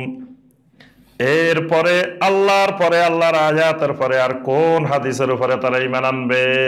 অর্থাৎ আমি আল্লাহ নিজে তাদেরকে তেলাওয়াত করে করে শোনাচ্ছি, তারা কি এরপরেও ঈমান আনবে না আমার হাদিসের উপরে? ওয়াইলুল লিকুল্লি আফফাকিন আথিম, ওই সকল মানুষের জন্য ধ্বংস অনিবার্য। কাদের জন্য? যারা হলো আফফাক। আফফাক মানে হলো ইফকের, ইফকের ইসমে ফাইল মুবালাগা, মানে অপবাদ আরোপকারী, যারা মানুষের প্রতি মিথ্যা অপবাদ আরোপ করে। মিথ্যা অপবাদ, যেমন এটা একটা মিথ্যা অপবাদ যে কয়রা হাদিস মানে কোরআন মানে না, কয় হাদিস মানে এটা হাদিস মানা যায় না, এটা একটা অপবাদ, মিথ্যা অপবাদ। তারপরে কয় কি কয়, শোনেন এরা মহিলাদের পিছনে নামাজ পড়ে। কত বড় ডাহা মিথ্যা কথা! কয় মহিলাদের পিছনে এরা নামাজ পড়ে, ডাহা মিথ্যা কথা, অপবাদ, মিথ্যা অপবাদ। কয় এরা বাংলা নামাজ পড়ে, মিথ্যা অপবাদ। এইরকম অসংখ্য মিথ্যা কথা দেখা যায় আমাদের দেশে ওয়াজ মাহফিলে বিভিন্ন জায়গায় বর্তমানে প্রচার করে বেড়ায়। ডাহা মিথ্যা কথা, মিথ্যা অপবাদ, যেগুলোর সাথে তাওহীদের অনুসারীদের, সুন্নাহর অনুসারীদের কোনো সম্পর্ক নেই। এরকম মিথ্যা জঘন্য কথাবার্তা ওয়াজ মাহফিলে ইসলামের নামে, দ্বীনের নামে মিথ্যা কথা মঞ্চ থেকে, ওয়াজের মঞ্চ থেকে প্রচার করে, এগুলো হলো আফফাক, মিথ্যা অপবাদ। তারপরে কয় জোহরের নামাজের সময় জোরে আমিন বলছে, মিথ্যা অপবাদ। কোন জায়গায় বাংলাদেশের কে বলছে জোহরের নামাজে আমিন বললো? কোন জায়গায় আমিন বলা জায়গা আছে না? আল্লাহ পাক বলতেছেন লিকুল্লি আফফাক, যারা এরকম ইফকের অপবাদকারী, অপবাদ আরোপকারী বেশি বেশি, এদের জন্য ধ্বংস অনিবার্য। আসিম, যারা বড় ধরনের গুনাহগার তাদের জন্য ধ্বংস অনিবার্য। ইয়াসমাউ আয়াতিল্লাহি তুতলা আলাই, তাদের সামনে যখন আল্লাহর আয়াত তেলাওয়াত করা হয়, আল্লাহর আয়াতকে তারা ভালো করে শুনে। সুম্মা ইউসিররু মুস্তাকবিরান, এরপরে অহংকার বশত সে মোট ফিরিয়ে অন্যদিকে চলে যায়। কাআল্লাম ইয়াসমাহা, যেন সে কোরআনের আয়াতটা শুনেই নাই। মানে শোনার পরে, জানার পরে, বুঝার পরে অহংকারে মেনে নিতে পারে না। দেখবেন আপনি অনেক জায়গায় একজন মসজিদের সম্মানিত ইমাম সাহেব বা খতিব সাহেব বা বড় আলেম বা বড় পীর সাহেব, আপনি একটা কোরআনের কথা বলবেন, কোরআনের একটা আয়াত বললেন বা একটা হাদিস বললেন, অহংকারের কারণে মেনে নিতে পারে না। কারণ আপনি যে বলছেন, আপনি তো একজন সাধারণ মানুষ, আলেম না, উনি একজন এত বড় মুফতি সাহেব, ওনার ভিতরে অহংকার ঢুকে গেছে যে আরে মিয়া আপনি কোরআন হাদিসের কি জানেন? মানে হাদিসটা ঠিক, হাদিসটা তো তার কথা বলা নাই, হাদিসটা নবী সাল্লাল্লাহু আলাইহি ওয়াসাল্লামের হাদিস, হয়তো একজন আলেম না, সাধারণ মানুষ বলছে, কিন্তু মেনে নিতে পারে না, জানলেও মেনে নিতে পারে না। কি কারণে মানতে পারে না? অহংকারের কারণে। আপনার মুশরিকেরা সব জানতো, সব চিনতো, কিন্তু অহংকারের কারণে মেনে নিতে পারে নাই, যে তাদের ভিতরে অহংকার, যে আমরা কি কম জানি নাকি, বা আমাকে কেন সে এটা ধরাই দিবে, সে এটা শিখাই দিবে। এই জন্য জানা বোঝার পরেও দেখবেন অনেক সময় অনেকেই এই অহংকারের কারণে মেনে নিতে পারে না। আল্লাহ পাক বলতেছেন যে এদের জন্য ধ্বংস অনিবার্য, যারা আল্লাহর আয়াত শোনার পরেও না শোনার ভান করে অহংকার বশত চলে যায় পিছনের দিকে। বাবাশশিরহু বিআযাবিন আলীম, তাদেরকে আযাবে আলীমের সংবাদ দিন, সুসংবাদ দেন। আযাবের কি সুসংবাদ না দুঃসংবাদ? কিন্তু আল্লাহ পাক তিরস্কার করে বলছেন যে তাদেরকে আযাবে আলীমের সুসংবাদ দেন। ওয়াইদা আলিমা মিন আয়াতিনা শাইআন ইত্তাখাযাহা হুজুয়া, যখনই আমার আয়াতের কিছু অংশ তারা জানলো, ইত্তাখাযাহা হুজুয়া, তখন এটাকে তারা ঠাট্টা বিদ্রুপের উপহাসের কেন্দ্র হিসাবে গ্রহণ করলো। মানে আমার আয়াত নিয়ে তারা মানা তো দূরের কথা, ঈমান আনা তো দূরের কথা, আরো আমার আয়াত নিয়ে ঠাট্টা বিদ্রুপ করে। উলাইকা লাহুম আযাবুম মুহিন, এই মানুষগুলোর জন্য আছে অপমানকর, লাঞ্ছনাকর আযাব। আযাবটা কি? মিন ওয়ারাইহিম জাহান্নাম, তাদের পিছনেই তাদের জন্য রাখা আছে জাহান্নাম। ওয়ালা ইউগনি আনহুম মা কাসাবু শাইআন, তারা যা কিছু উপার্জন করেছে সেই উপার্জিত জিনিসের বিনিময়ে এই জাহান্নাম থেকে বাঁচানোর মতো কিছু নাই। মানে উপার্জনকৃত বিষয় দিয়ে, জিনিস দিয়ে তাদের কোনো লাভ হবে না জাহান্নাম থেকে বাঁচার জন্য, কারণ তারা আল্লাহর আয়াত নিয়ে ঠাট্টা করেছে। এজন্য আল্লাহর আয়াত নিয়ে ঠাট্টা বিদ্রুপ করলে, নবী সাল্লাল্লাহু আলাইহি ওয়াসাল্লামের কোনো সুন্নত নিয়ে ঠাট্টা বিদ্রুপ করলে ঈমান চলে যায়। এই জন্য আল্লাহ পাক বলতেছেন যে এইরকম আল্লাহর আয়াত নিয়ে কেউ ঠাট্টা বিদ্রুপ করলে তার শাস্তি জাহান্নাম। তার যত আমল থাকবে সব আমল বরবাদ, তার আমলে কোনো কাজে আসবে না। ওয়ালা মাত্তাখাযু মিন দুনিল্লাহি আউলিয়া, এমনকি জাহান্নাম থেকে বাঁচানোর জন্য আল্লাহর পরিবর্তে যে সকল আউলিয়া তারা ধরেছিল, ওই আউলিয়াও কোনো কাজে আসবে না। দেখেন আল্লাহ পাকের কথার সাথে আমাদের অবস্থা কেমনে মিলে যায়। আল্লাহ পাক বলতেছেন এই জাহান্নাম থেকে বাঁচানোর জন্য মানুষ আউলিয়া ধরে। দেখবেন যতজনে আউলিয়া ধরে, আপনি জিজ্ঞাসা করিয়েন যে ভাই কেন ধরছেন, কয় শোনেন ভাই, জান্নাতে যাইতে হইলে আউলিয়া লাগে, আউলিয়া ধরতে হয়, আউলিয়া না হইলে জান্নাতে যাওয়া যাবে না, জাহান্নাম থেকে বাঁচা যাবে না। তা আল্লাহ পাক বলতেছেন যারা জাহান্নাম থেকে বাঁচার জন্য আউলিয়া ধরছে, এই আউলিয়াও কিয়ামতের ময়দানে আমি আল্লাহর থেকে, জাহান্নাম থেকে তারে বাঁচাইতে পারবে না। সূরা ইউনূসের 18 নম্বর আয়াত আল্লাহ সুবহানাহু ওয়া তাআলা বলেন, ওয়া ইয়াবুদুনা মিন দুনিল্লাহি মা লা ইয়াদুররুহুম ওয়া লা ইয়ানফাউহুম ওয়া ইয়াকুলুনা হাউলাই শুফাআউনা ইনদাল্লাহ, তারা এমন এমন মাবুদের ইবাদত করে যে মাবুদ তাদের উপকারও করতে পারে না, ক্ষতিও করতে পারে না। এটা তারা ভালো করে জানে যে এই মাবুদ আমার কোনো উপকারও করতে পারে না, ক্ষতিও করতে পারে না, কিন্তু তারপরেও তারা ইবাদত করে। কেন করে?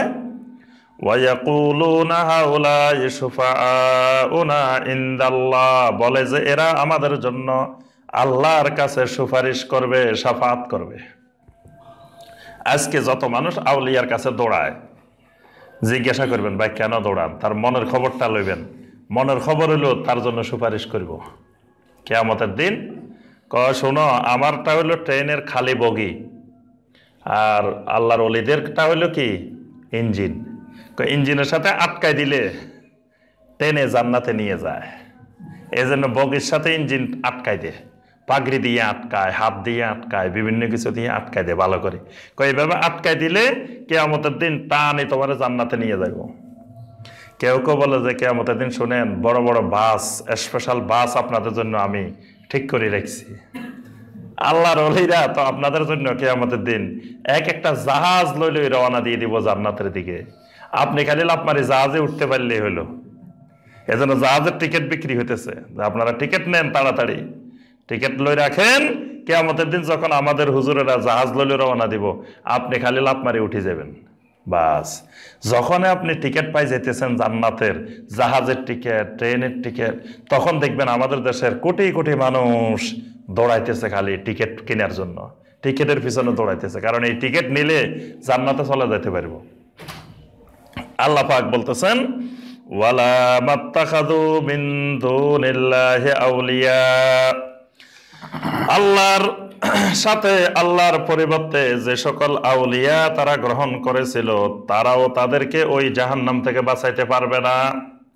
ওয়ালাহুম আযাবুন আযীম। আল্লাহ রাসূল সাল্লাল্লাহু আলাইহি সাল্লাম ফাতেমা রাদিয়াল্লাহু তাআলা আনহাকে ডেকে বলছেন, ইয়া ফাতেমা আনকিজি নাফসাকা মিনান নার, হে ফাতেমা, তোমার নিজেকে নিজে জাহান্নামের আগুন থেকে বাঁচাও।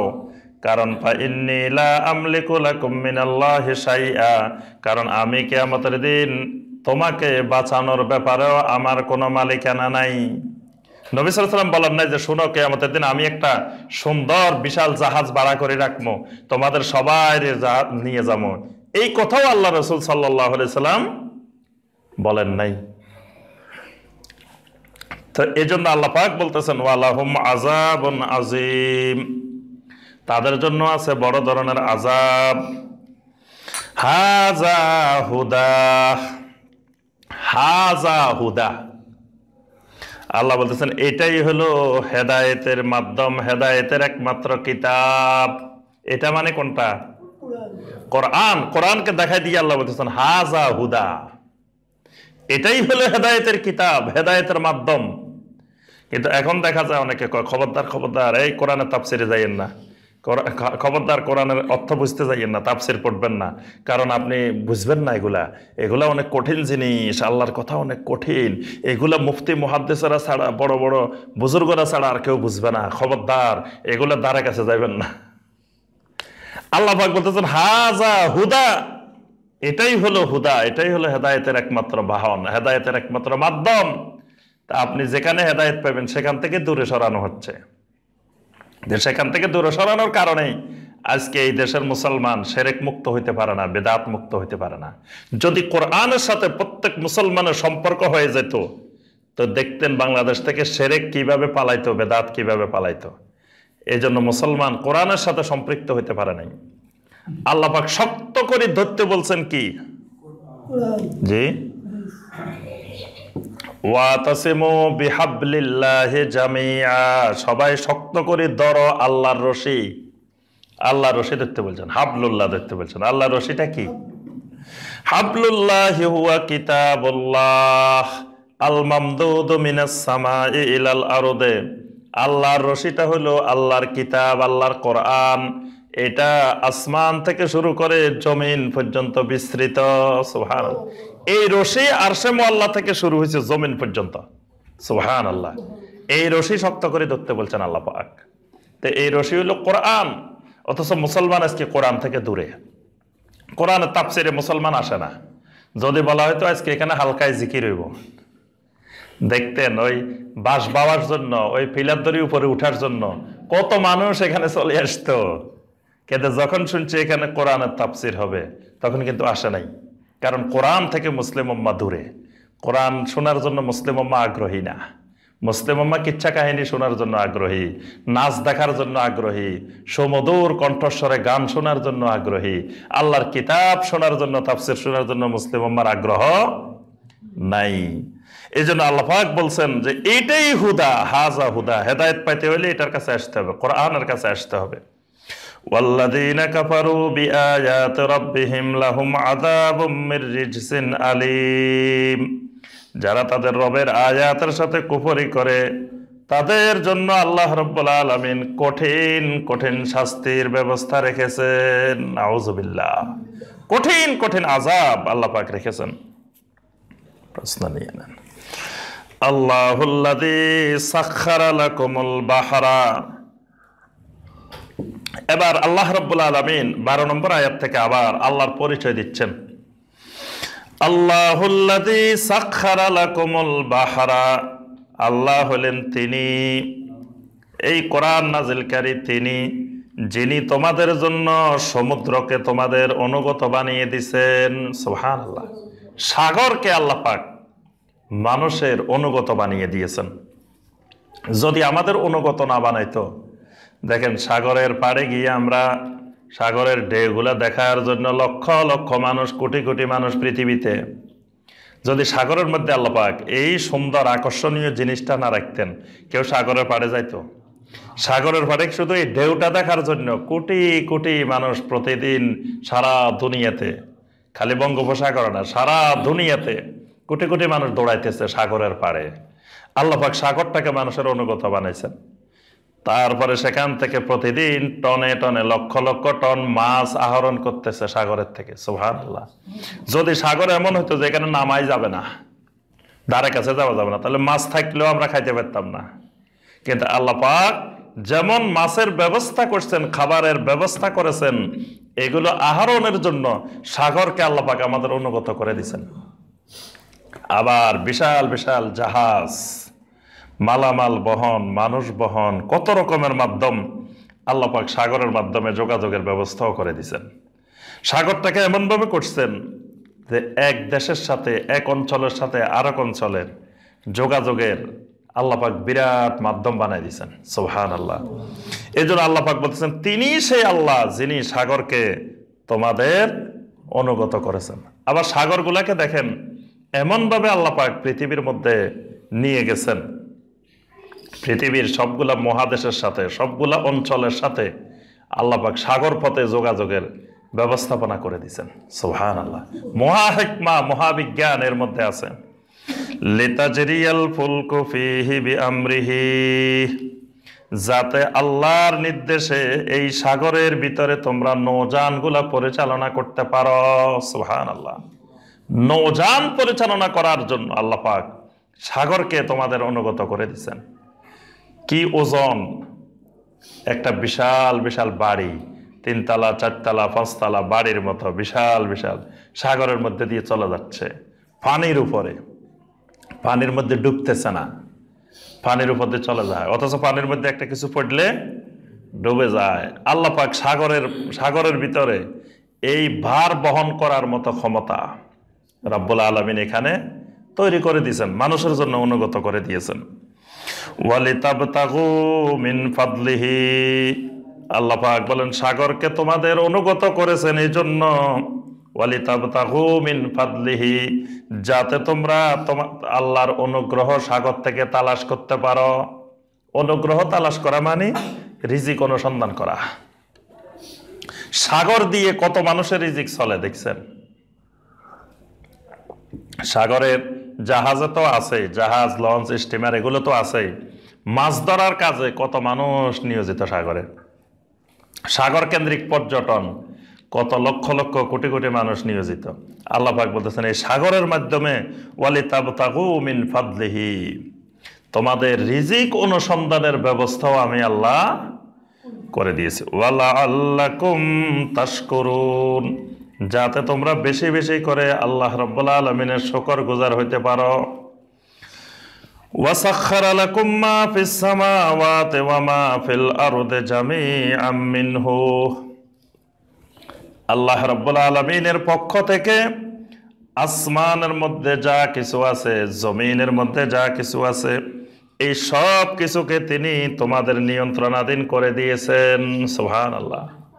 আসমানের জিনিসগুলোকে, জমিনের জিনিসগুলোকে, সবগুলাকে আল্লাহর নির্দেশে আল্লাহ তোমাদের অনুগত করে দিয়েছেন। বিশাল বিশাল হাতি দেখেন, হাতি একটার সাথে মানুষ 50 জন তো পারবে না, পারবে? কিন্তু হাতি মানুষের কথা শুনে। হাতিকে আল্লাহ মানুষের অনুগত বানাই দিয়েছেন।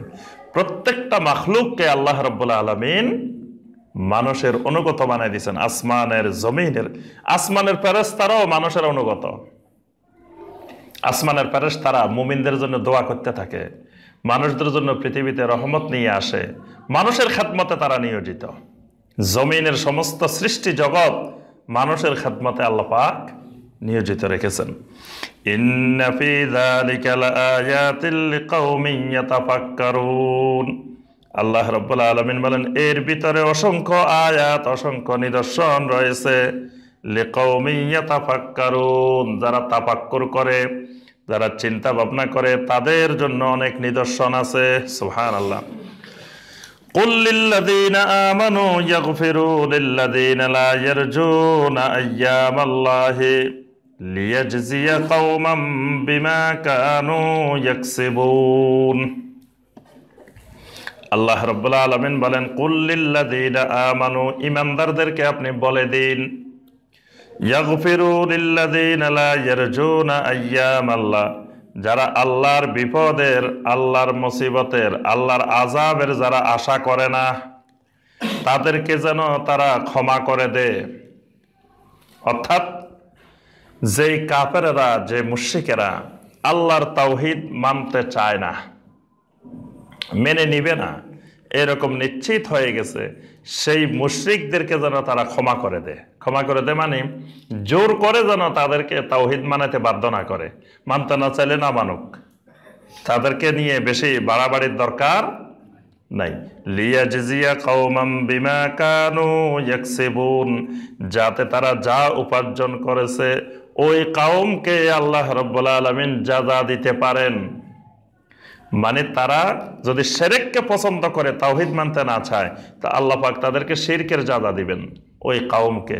এই জন্য ওই কওমের প্রতি জোর জবরদস্তি করে তাদেরকে তাওহীদ মানাতে বাধ্য করা জরুরি নয়।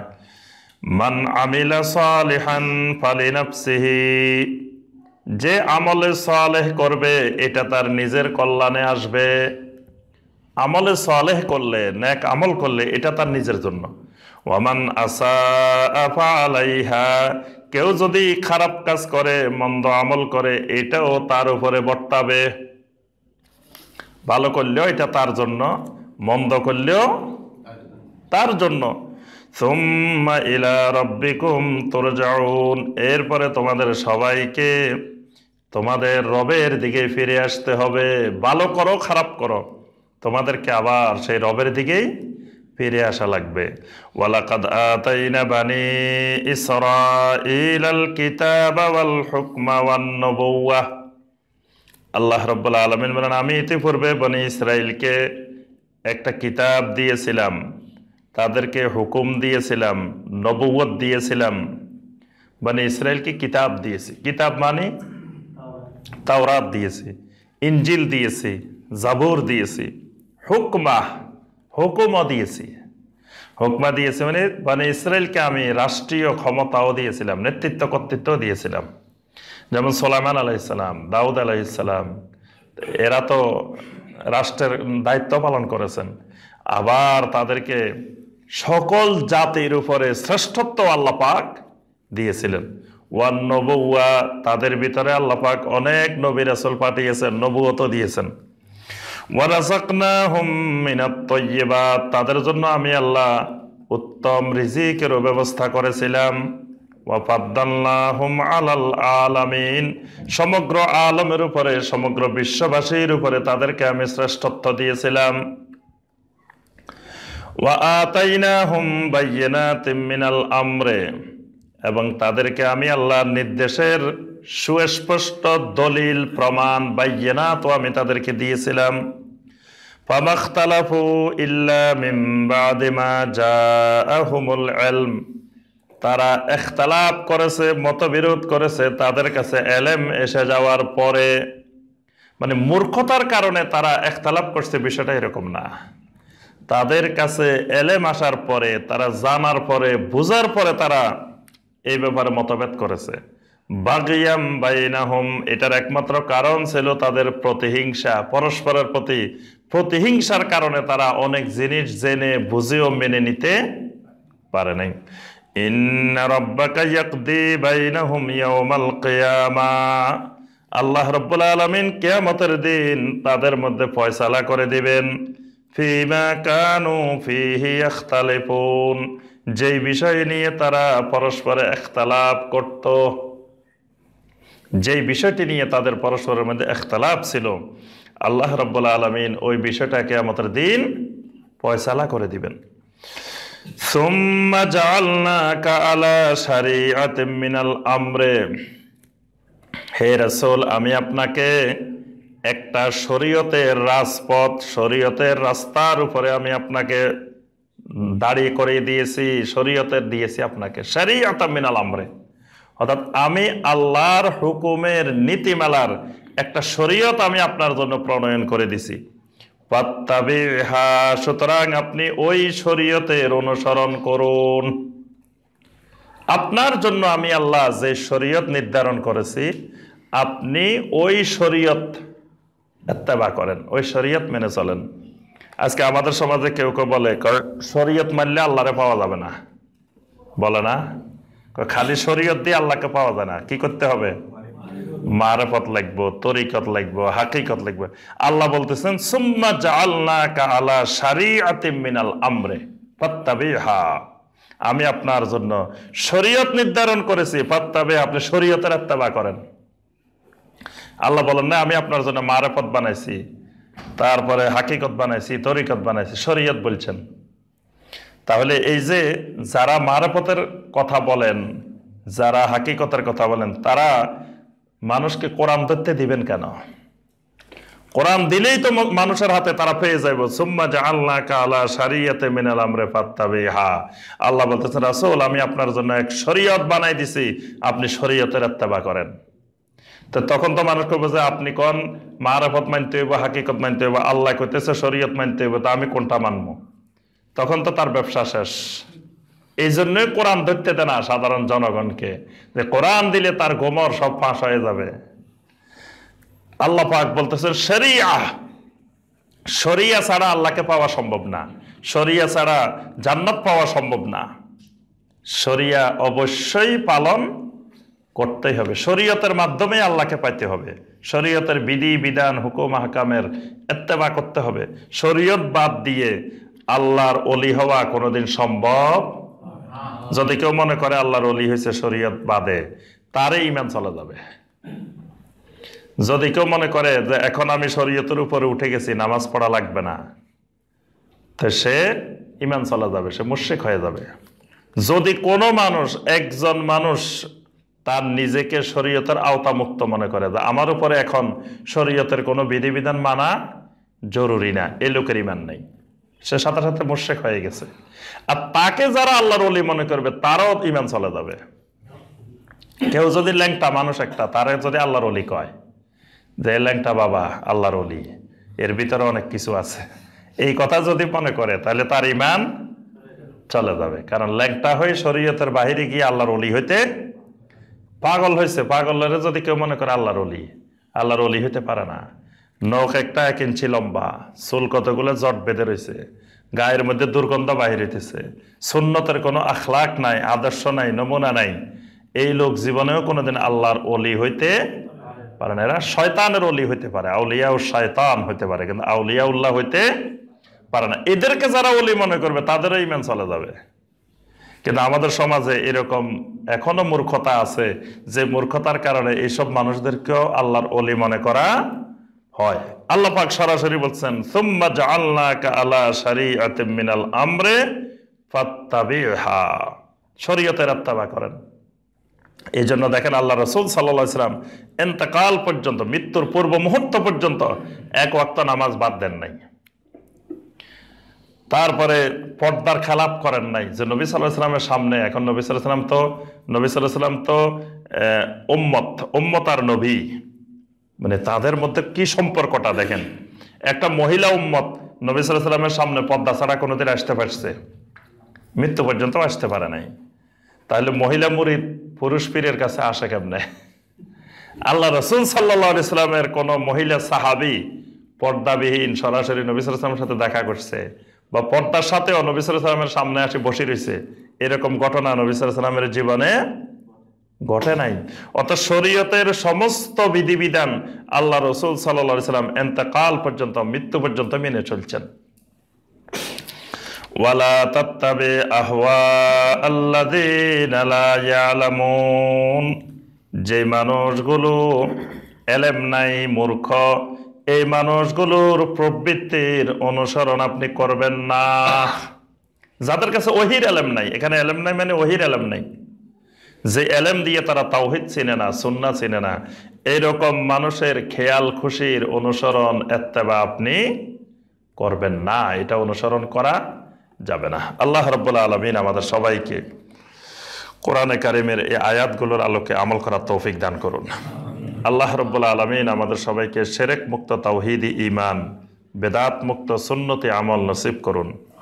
কোরআনে কারিমের এই হুদা থেকে আল্লাহ পাক আমাদেরকে হেদায়েত নেওয়ার তৌফিক দান করুন। আল্লাহ পাক আমাদের সবাইকে নির্ভেজাল তাওহীদ, নির্ভেজাল দ্বীন আল্লাহ পাক আমাদের সবাইকে নসিব করুন। আল্লাহ পাক এই মৌলভীবাজার জেলাকে কবুল ও মঞ্জুর করে নিন। এই জেলার প্রত্যেকটা ভাই বোনকে আল্লাহ পাক তাওহীদের অনুসারী, সুন্নতের অনুসারী বানিয়ে দিন। এই এলাকার প্রত্যেকটা ভাই বোনকে, তারা দ্বীনকে মহব্বত করে, কিন্তু দ্বীনের নামে অনেক ভাই বোন শিরক করে, বেদাত করে। ওইটা যে শিরক, ওইটা যে বেদাত বুঝে না। আল্লাহ পাক তাদের সবাইকে এটা বুঝার তৌফিক দান করুন। আমিন ইয়া রাব্বাল আলামিন। সুবহানাকা আল্লাহুম্মা বিহামদিকা আশহাদু আল্লা ইলাহা ইল্লা আনতা আস্তাগফিরুকা ওয়া আতুবু ইলাইক।